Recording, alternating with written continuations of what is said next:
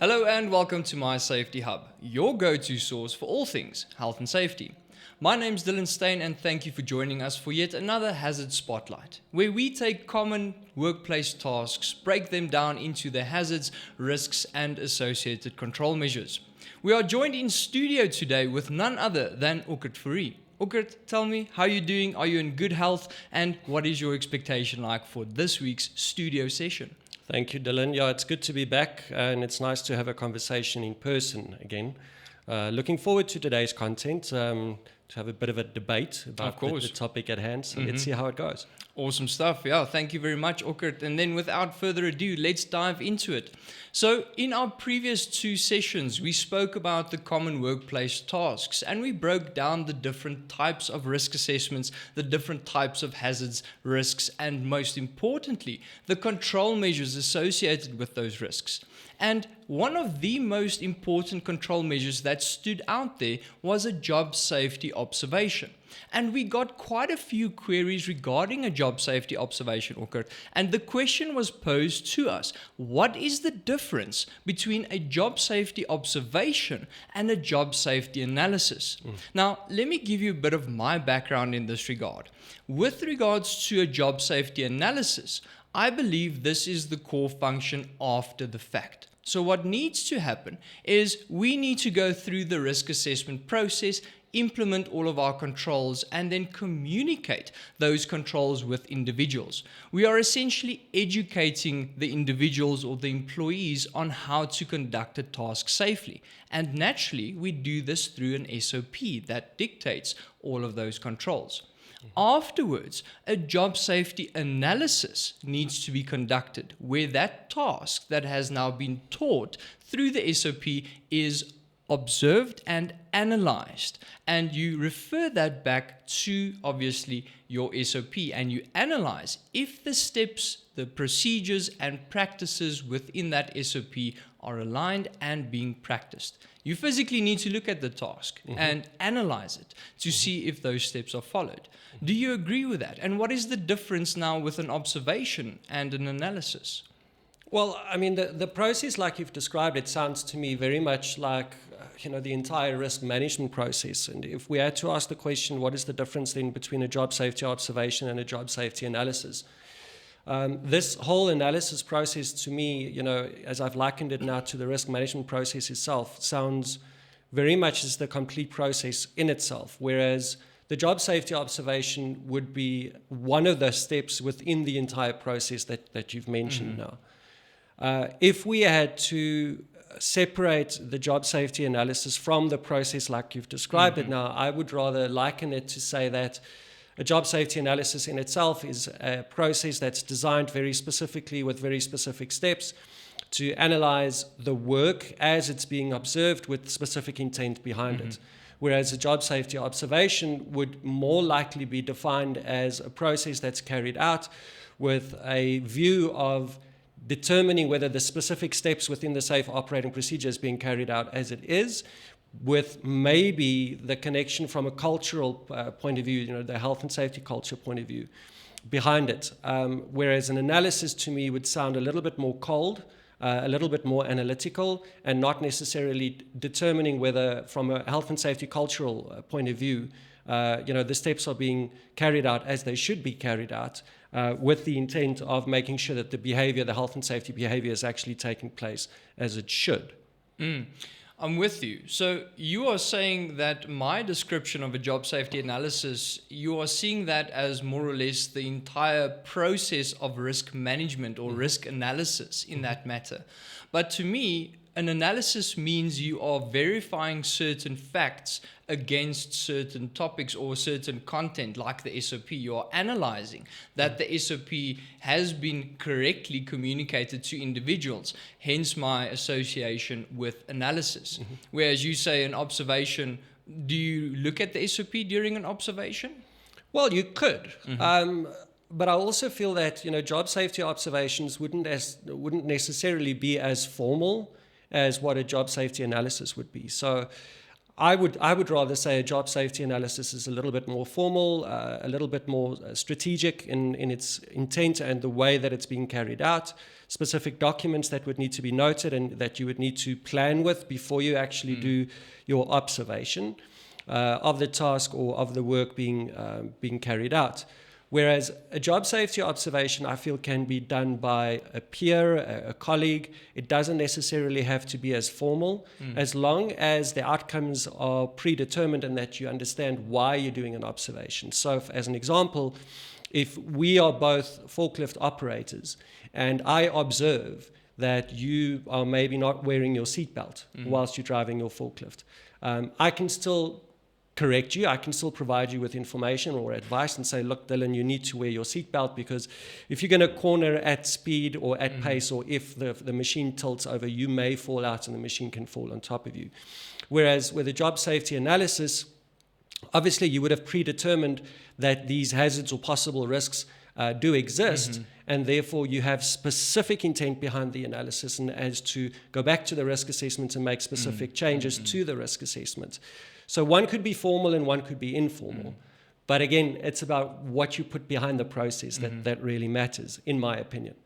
Yeah, okay. So as you now rightfully mentioned, both of the JSO and the JSA, the important bit regarding this is the intent behind this document.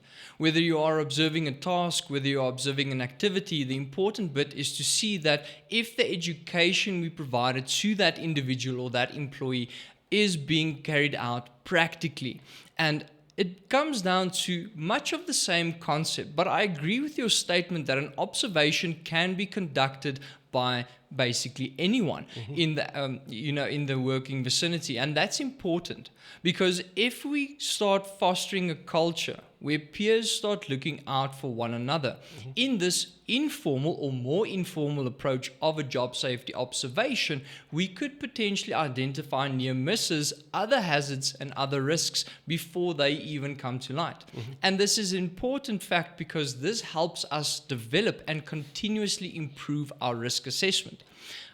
However, I still feel that a job safety analysis has a role to play in a more formal perspective. Because yes, an observation can identify certain things, but surely one needs to take a step in that direction at some point in time to see that if I have given you these procedures, are they being followed as they should be? Whereas a peer might not have the authority to do such things. You're absolutely right, and I think there's a lot of value in there to maybe identify or to determine that even if a peer observation is taking place, you might not necessarily affect the type of change that you're looking for. So you're absolutely correct in that, and I would agree with you. But you do sit with a few challenges. Job safety analysis is a little bit more technical, it's a little bit more difficult, and the person that would need to carry out the process, first of all, has to understand the entire process in its entirety. So everything from hazard identification, risk determination, allocation of controls, through to verifying the controls, setting up your safe operating procedure, communicating the safe operating procedure, and then conducting a job safety analysis after that. Understanding the entire process in itself means that the person that carries out the job safety analysis would need to be skilled, so therefore they would need to be trained, and competence would need to be determined. So that's your first challenge, is the resource allocation in to make sure that that person can actually carry out that entire process in its entirety. Whereas a job safety observation isn't something that's necessarily so technical in its own sense or being. It's something that can be taught informally quite quickly. You don't need a lot of documents for it. You wouldn't necessarily need to understand the work itself. So if I had to observe you operating a forklift, obviously I would need to understand the task at hand and how the machine works and what the hazards and risks could be, but not on a technical level as you would have it on a job safety analysis being performed in itself. So you do have a challenge there, and there I do feel that there's a space for a job safety analysis in the process in itself, especially for work that is prone to be more risky, or where you've already had incidents or accidents that have happened or taken place. Whereas with a job safety observation, I would say the job safety observation would maybe fall into the job safety analysis process as a whole. carried out a little bit more informally, more frequently, doesn't take up as much time. You're probably not going to review the risk assessment, probably. There might be minor changes to the task at hand that's being carried out with a step or two that may need to change. But you're probably not going to change things like the type of PPE that the person has to use.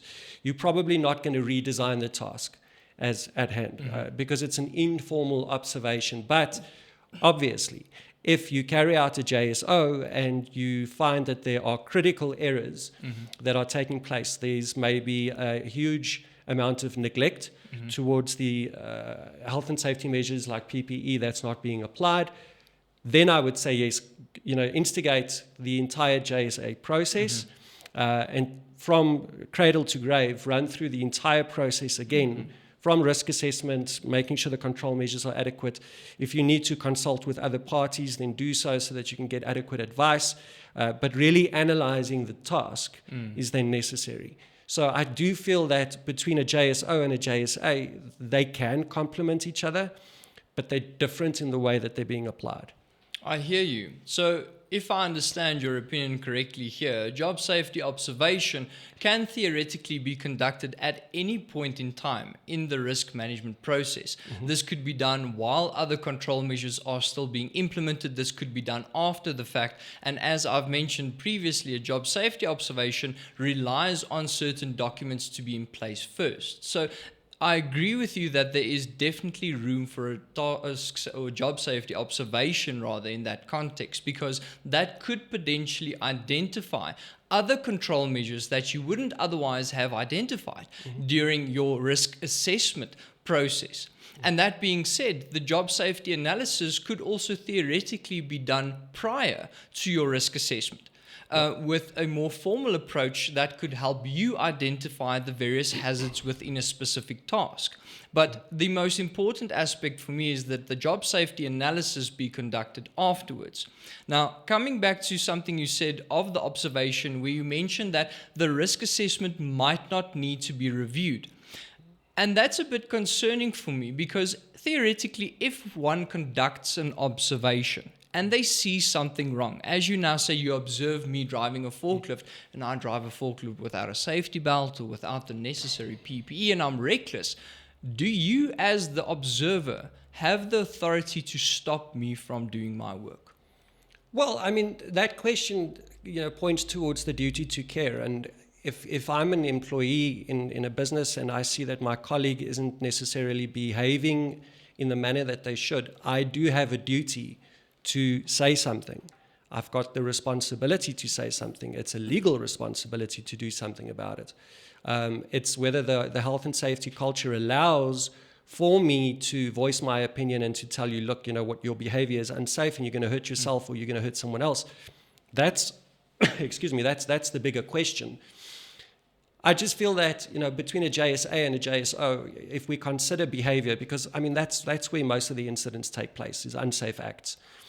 A JSO wouldn't necessarily lead to the risk assessment being reviewed because if you've done your hazard identification and your control assignment properly, the controls would already be there. The question is whether the user, from a behavioral point of view, is actually applying the controls as they should. And that's why I'm saying, as with a JSO, you wouldn't necessarily want to review the risk assessment or have to review the risk assessment because you're more focused on the behavioral aspects of the work at hand. Whereas with a JSA, you have to consider the risk assessments and you're actually analyzing whether these controls are applicable and practical so that we can be profitable. So there's 3 Ps for you already. Sure. So that we can make sure that the work at hand is happening and that obviously that we're turning profit at the end of the day. There's another aspect that I want to consider as well if we take the balance between which approach is better. Between a JSO and a JSA. And again, it points back towards behavior. JSAs, because they're more formal and they carry a lot of value and a lot of weight, there's a lot of planning that goes into this. And with that being said, the user or the operator or the person performing the task would know that this JSA process is going to happen. Sure. And you know how people are. Of course. Persons that are observed Mm-hmm. whilst performing work, and if they know that they're being observed, what are they going to do? Best foot forward. Exactly. Yeah, They're going to do yeah. everything that has been stipulated. They're probably going to go through the SOP before the JSA process takes place, and they're going to follow all the rules. Sure. Whereas a JSO, it's a little bit more informal, and the user doesn't necessarily know that they're being observed. So I can stand in the corner of the factory or the corner of the office and have a look and observe the work being performed with knowledge about the task, and not necessarily inform the user that I'm actually watching them and seeing if they're following the steps and applying the control measures or not. And in that, there may be a lot of lessons being learned, not so much towards the control measures that may need to change. It's possible that it could. I'm not saying that it will, but it's a little bit more focused on the behavior of the individual. And that gives you an opportunity to then communicate, have toolbox talks, maybe go through the SOP again. It is possible that your SOP may be incorrect. It may be possible that the SOP itself doesn't include all of the control measures that have been identified from the risk assessment, and that maybe the task in itself is maybe over-controlled, and therefore it's not practical, and it actually hinders the person to be productive and effective. It's about the application of one of the two processes and what it is that you want to get out of it. And for me, the one is focused a little bit more on health and safety behavior, whilst the other one is a little bit more focused on health and safety documentation and process development and process implementation, which is a little bit more formal, carries a lot of weight in it, is absolutely necessary. Is it the right time for it? Is there a space for it right now? If you have a behavioral issue in the office, I would say do the JSA, lay the foundation, and then focus on JSOs so we can shift behavior. But if you have a situation where your health and safety culture is built and people are buying into the processes, I would say that your JSO and the amount of times you're going to do JSOs would become less, and you're going to be focused on a JSA process probably once a year, twice a year. And with high-risk activities, maybe once a quarter or even once a month, if it is required. Sure. That is a very valid point, and I think it carries a lot of merit that you just said. And there's a place for both of these in the systematic approach of your health and safety management system. Now, just coming back to my previous question quickly of the stop work authority, we spoke about the observation being done by peers and in more informal process. But again, you spoke about behaviors in this regard. And I do feel that it is important that when we give this formal or informal training on conducting the job safety observation or analysis for that matter, we need to have something in place like a stop work authority. Because we could observe a task or analyze a task that is of such a severe nature that it requires us to put a hard stop to that task. And I think that is a very valid point that needs to be incorporated not only in one or the other, but in both. And it needs to be made clear to the employers, the employees, and peers within that organization that when we do these types of observations or analysis, that if the work is being found to be conducted in such a severe nature, they would need to have the authority to stop that. And again, I think with your process you've discussed, if an observation takes place and they see that these actions or these activities are of such a severe nature, the stop should be done there. And then from that process, a formal analysis can then be conducted. Because it was observed that this was an unsafe act or an unsafe condition, it was halted by a stop work authority, and then a formal observation or a formal analysis rather could then be conducted afterwards, where an instruction could be given to that employee and say, perform this task for me again. Let's have a look, without him going back to the SOP or putting his best foot forward, as we've now mentioned. So Which is difficult to control. Of course. So I think both of these carry a lot of merit in their own specific right. The problem is, and I agree with you, I mean, having the authority to stop the work is an authority that I believe every individual should carry by themselves. Every individual should have the right to say that they will not perform work unless it has been deemed safe to be done, or relatively safe or reasonably safe, because we focus on reasonable practice, right?